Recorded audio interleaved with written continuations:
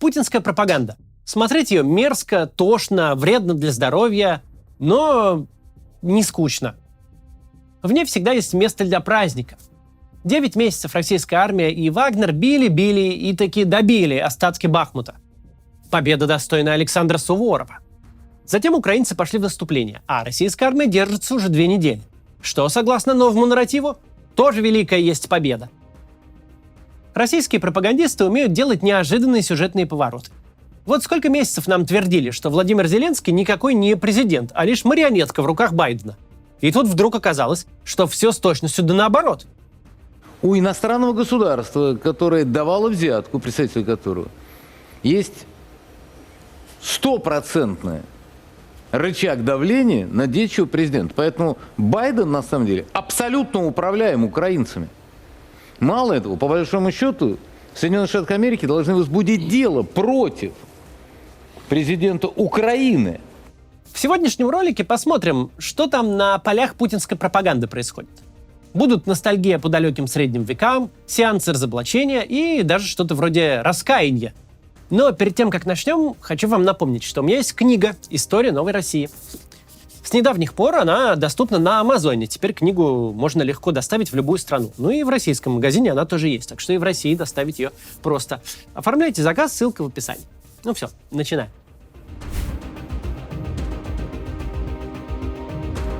Каков твой генетический код? Ты мразь! Ты мразь за кого? Ты! Не позорь Татарстан, мразь! Вот эта рука может голову в другое положение тебе привести. И долго ты потом будешь из своей задницы вытаскивать. Погодите, не выключайте. Осталось еще 20 секунд, но это важно для ролика. Нацистскую мразь! Я не хочу марать свои руки об эту мразь. Пшел вон отсюда, мразь нацистская. Им оказывается больно, когда я начинаю отрывать головы биониклам. Ха-ха-ха! Головы! Страшно, да? Вам больно. Да? То, что вы сейчас увидели, это, между прочим, подборка еще предвоенных воплей Соловьева. А многое из того, что он выкрикивает сейчас в эфире, нельзя ни показать, ни процитировать. YouTube такое просто не пропустит. Зато российский федеральный телеэфир пропускает спокойно. Вопреки всем законам, запрещающим мат и карающим за экстремизм. Соловьеву можно. Беда в том, что Соловьев — это не просто человек. Это уже бренд со своими, если можно так выразиться, стандартами качества. Под названием «Соловьев Лайф» работает целая команда пропагандистов, которая время от времени пополняется новыми лицами. Есть, например, такой радиоведущий Сергей Мардан. Он работал раньше на радио «Комсомольская правда». Задавал риторические вопросы. Почему не расстреливаем? Почему не захватываем семьи в заложники? Призывал построить в Запорожской области концентрационный лагерь для украинских учителей, которые не хотят работать на оккупационную власть. Отнять у них кредитки, на которые они получают деньги, и заставить их сожрать. Выселить их из квартир. Что-нибудь в духе нашего старого доброго ГУЛАГа. Они ждут же ГУЛАГа? Так дайте им ГУЛАГа. Почему вот не устроить такой небольшой локальный запорожский ГУЛАГ? Аккуратненький, в степи под палящим солнцем. Для учителей, которые пока еще не научились нашу прекрасную родину любить. То, что в итоге случилось с Марданом, это прям иллюстрация известной шутки. Выгнали из гестапо за жестокость. Уволенного с «Комсомольской правды» Мардана приютил как раз-таки Соловьев. На новом месте ведущий отрывается и прям бравирует тем, что у него нет никаких этических границ. Вот Голованов, как в этом сюжете с телеканала «Дождь», признанного иноагентом, хотя вроде Рома ничего такого не сказал, кроме своего любимого слова «свинорез». А тут его раз и выключили. Нет, у нас ничего не поменялось, у нас слово «свинорез» не запрещено. Свинорез, свинорез, свинорез. Чтобы понять, чему так радуется Сергей Мардан, нужен некоторый контекст.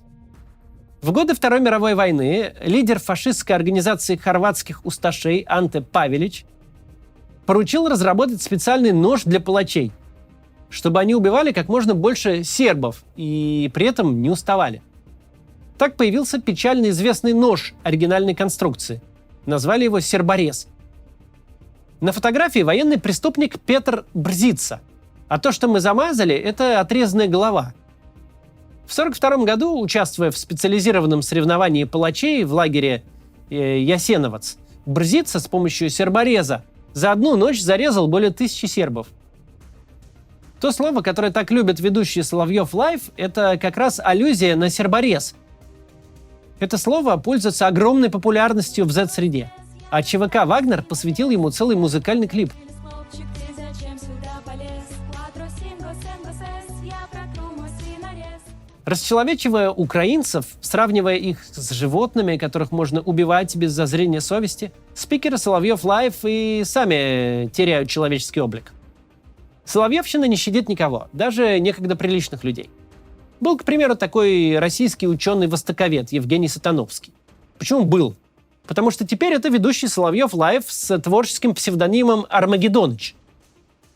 Сейчас специально процитирую публикацию из его телеграм-канала, которая даже не связана с текущей войной. Автор разразился гневом по поводу действий активистов, которые в европейских музеях поливают картины супом. Но в каких выражениях разразился, посмотрите.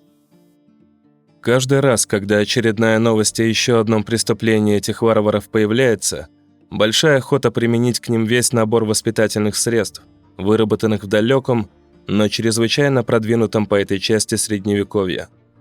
Руки там сначала ломать, а потом рубить, которые они к несчастным картинам приклеивают. Головы, в которых такого рода идеи возникают, рубить. Причем не с одного удара, а максимально медленно, растягивая ощущение справедливости, настигшего их наказания.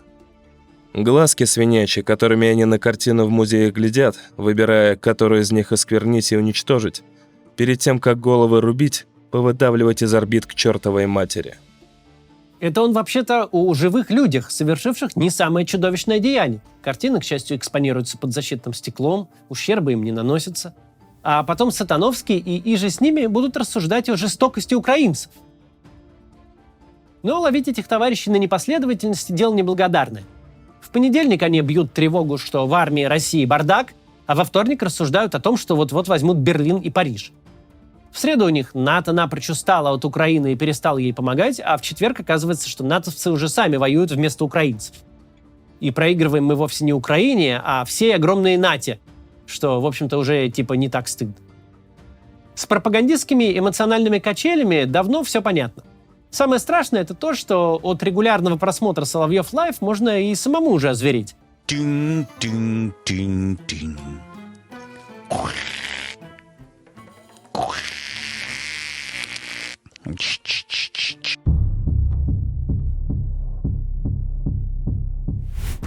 Что интересно, призывать к истреблению людей можно не только соловьевскими воплями. Мы как-то разбирали одно удивительное выступление Бориса Корчевникова, гендиректора федерального православного телеканала «Спас».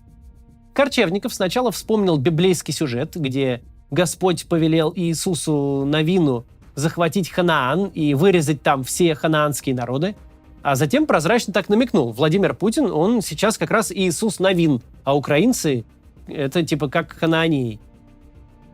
Если вам кажется, что Корчевников нес тогда какую-то ересь, то недавно на этот счет высказался РПЦ.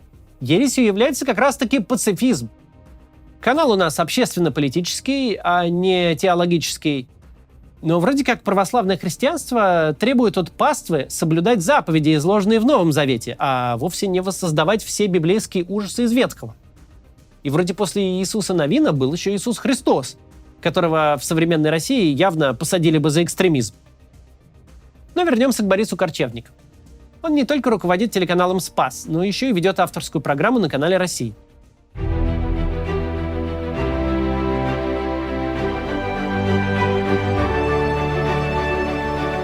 После того скандально знаменитого интервью ко мне налетело 1000 сумасшедших.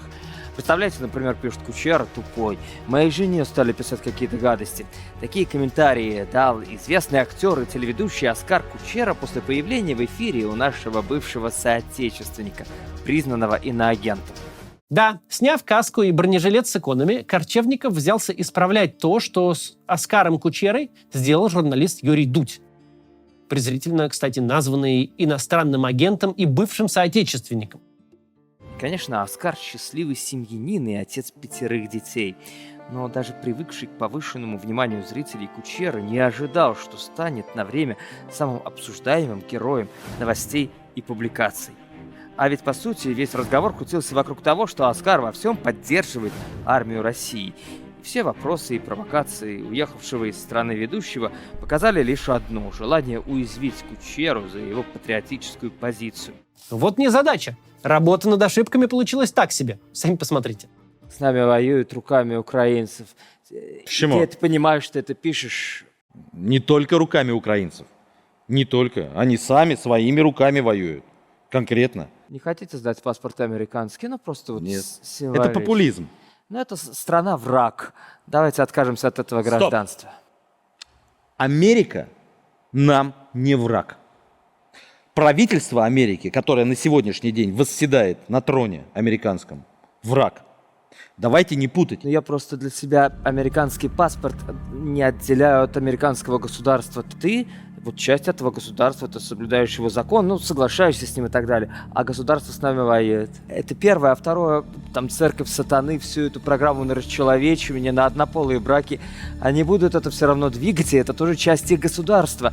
И, ну, прости, это так для меня просто. Для меня иметь этот паспорт, значит, это с этим тоже соглашаться, с этим уже откровенным сатанизмом. Почему мы всех меряем под одну гребенку? Для чего? Люди разные. То есть этот Корчевников сам возит гостя лицом по столу за американский паспорт. Да похлеще еще, чем дуть. Помог, называется. Следующий герой сегодняшнего ролика – писатель-футуролог Максим Калашников. В отличие от своего знаменитого однофамильца, Максим Калашников был до 2009 года известен лишь в специфичной среде. Там одновременно и ностальгировали по былой империи, и предавались фантастическим грезам о будущем. В 2009 году Калашникова заметил не кто-нибудь, а тогдашний президент Дмитрий Медведев. У двух последних российских президентов свои особые представления о россиянах, в связи с чем Медведев увидел в Калашникове эдакого философа из народа. Медведев поручил правительству России проработать предложение Калашникова о строительстве пилотного биоагроэкополиса с новейшими русскими строительными технологиями. В последующие годы Калашников стал одним из проводников идей русского мира и апологетом так называемой «русской весны» на Донбассе. Сейчас он входит в клуб рассерженных долбоебов Игоря Стрелкова-Гиркина.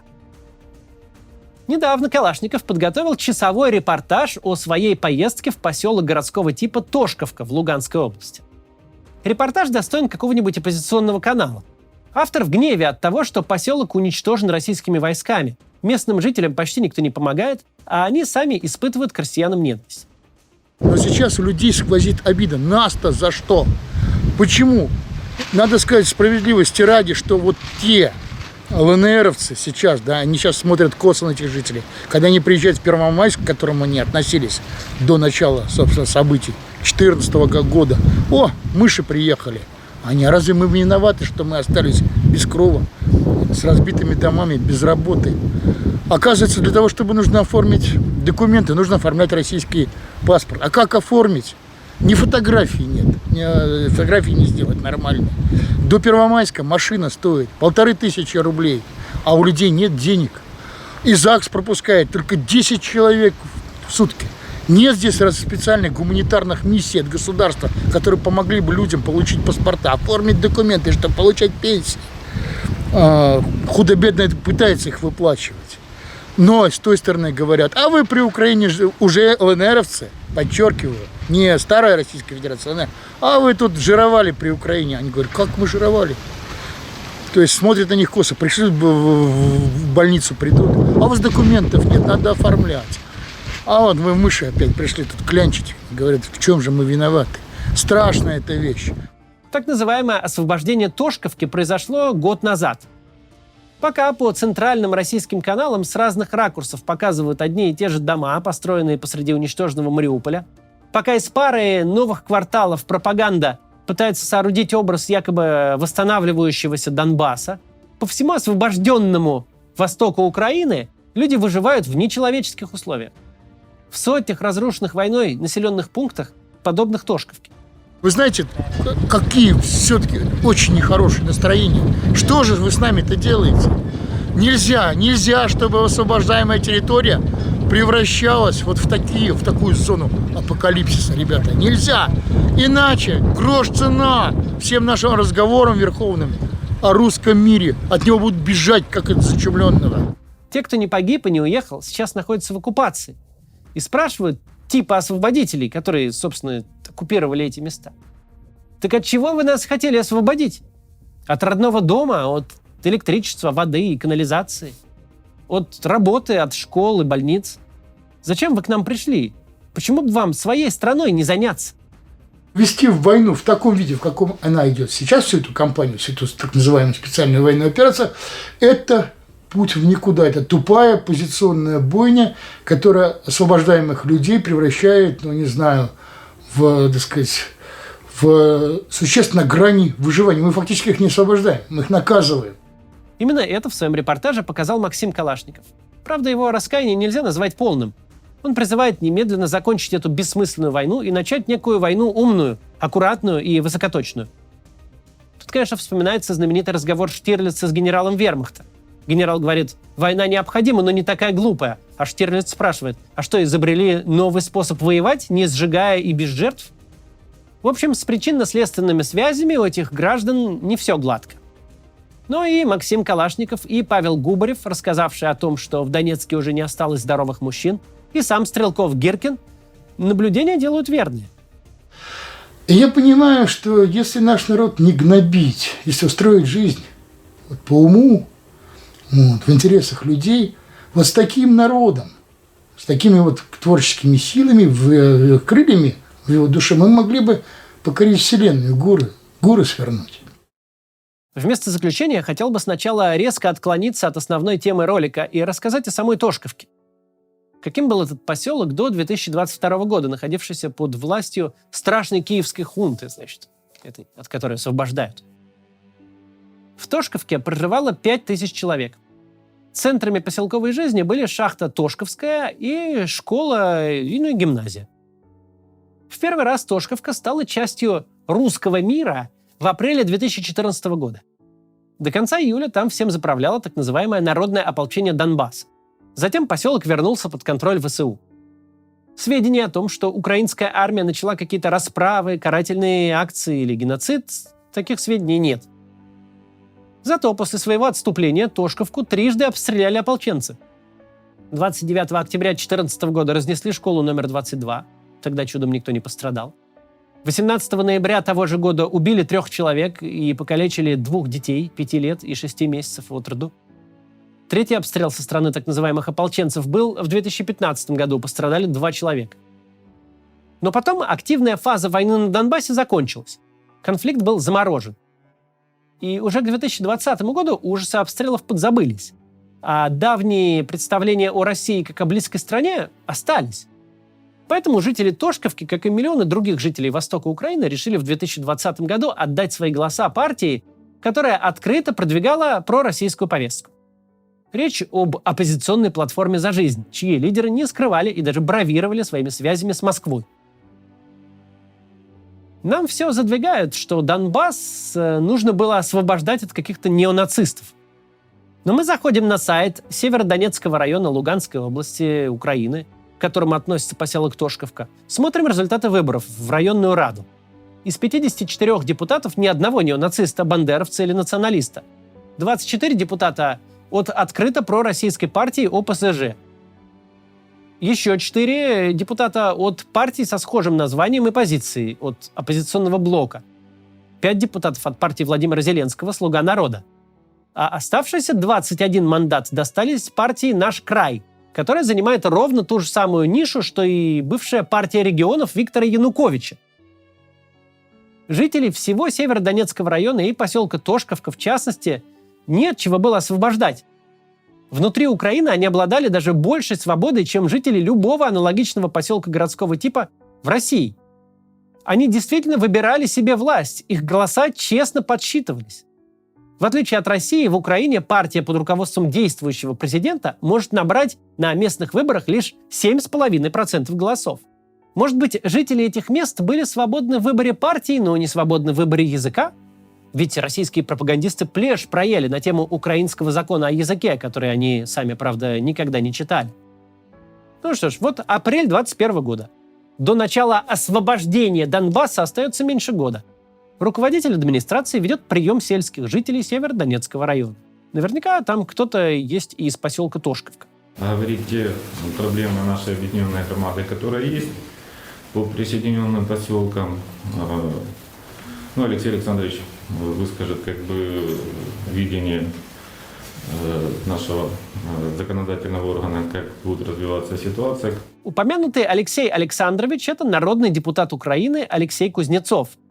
Тогда же, в апреле 2021 года, он участвовал в передаче 2 медицинских машин повышенной проходимости, чтобы специализированная помощь могла прибыть хоть в Тошковку, хоть в какой-нибудь другой город или поселок в Северодонецком районе. Дякую. Услугу можно будет писать быстро и качественно. И еще раз мы видим, как взаимодействие с ВЦА происходит. Все очень, решения принимаются взвешенно, быстро, качественно, и мы видим результат. Поэтому это добрый путь и работаем. Угнетала, значит, нацистская власть несчастных людей честными выборами, русским языком и медицинской помощью. Возможно, российской армии следовало освободить Тошковку от насаждаемой там бандеровщины? Давайте проверим и это предположение. В Тошковке было 2 школы, 22-я и 23-я. 22-ю борцы против бандеровцев, как мы помним, разрушили еще за 8 лет до начала так называемой специальной военной операции. Но киевская хунта восстановила эту школу и преобразовала в лицей. До начала СВО там шли занятия. Последняя новость опубликована 17 января 2022 года. Лицеисты заняли 3-е место на соревнованиях по волейболу в городе Горское. На этом история лицея обрывается. Кстати, Горское – это тоже Луганская область Украины. До войны там жили всего 9 тысяч человек. Интересно, в каждом ли 9-тысячном городе в России есть спортзал с таким качественным освещением и покрытием? И осталось ли сейчас хоть что-то от того спортзала в Горском, как от самого этого городка? Зайдем теперь на сайт гимназии номер 23. Читаю. Школа гордится тем, что в ней учился один из членов антифашистской организации «Молодая гвардия» Виктор Петров. Другая гордость школы – герой Советского Союза Михаил Холод. 3-й в пантеоне героев – кавалер 5 советских медалей за отвагу Алексей Воронов. Поищем что-нибудь неонацистско-бандеровское среди школьных мероприятий. Ведь не может же быть такого, что российская армия просто так пришла и стерла Тошковку с лица земли, без какой-то веской на то причине. 21 сентября 2021 года, до полномасштабного вторжения остается всего 5 месяцев, дети в Тошковской гимназии номер 23 отмечают Международный день мира. На фасаде гимназии, кстати, виднеется мемориальная доска бойцу Молодой гвардии Виктору Петрову. 17 сентября 2021 года. Гимназисты одеты в черное, зажигают свечи в память о жертвах Бабьего Яра. 3 сентября 2021 года. Гимназия вспоминает день освобождения Тошковки от нацистских захватчиков. Возможно, искомый нацизм можно найти и в новости о том, что Тошковской гимназии эстонцы передали интерактивные доски и компьютерное оборудование. Это же Эстония, типа. Там, типа, по нашей пропаганде все нацисты, а тут, понимаешь, оборудование компьютерное. Я не зря сделал в конце такое длинное лирическое отступление про отдельно взятый уничтоженный поселок, каких сейчас огромное множество по всему востоку Украины.